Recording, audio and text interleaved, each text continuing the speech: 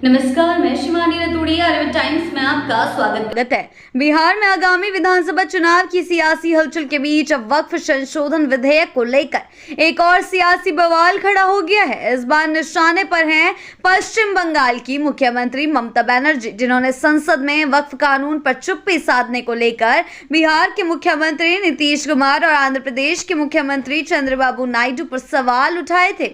लेकिन ममता की यह टिप्पणी अब उन एनडीए के सहयोगी दलों को रास नहीं आ रही। कोलकाता के मुस्लिम धर्म गुरुओं के साथ बैठक के दौरान ममता बनर्जी ने कहा था, नीतीश कुमार और चंद्रबाबू नायडू इस मुद्दे पर चुप क्यों हैं? वे एनडीए के सहयोगी हैं और सत्ता की मलाई खाने के लिए सब कुछ चुपचाप सह रहे हैं। ममता के इस बयान ने बिहार की सियासत में आग लगा दी है। बिहार में एनडीए नेताओं ने ममता बनर्जी के बयान को न सिर्फ अनावश्यक बताया, बल्कि इसे बिहार के राजनीतिक स्वाभिमान पर चोट करार दिया। केंद्रीय मंत्री गिरिराज सिंह ने पटना में मीडिया से बात करते हुए ममता पर तीखा हमला बोला। उन्होंने कहा, ममता बनर्जी को नीतीश कुमार पर इस तरह की टिप्पणी करने का कोई नैतिक अधिकार नहीं है।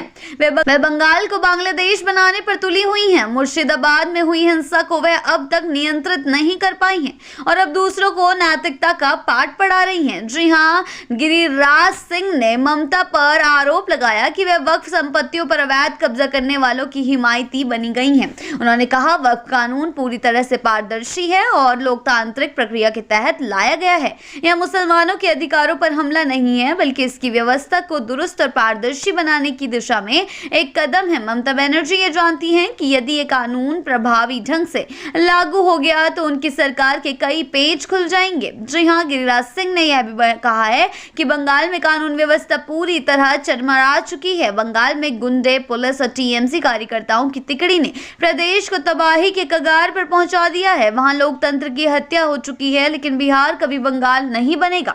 भाजपा और जेडीयू के अन्य नेताओं ने भी ममता की आलोचना करते हुए कहा कि नीतीश कुमार ने हमेशा संविधान और लोकतांत्रिक मूल्यों के अनुसार काम किया है।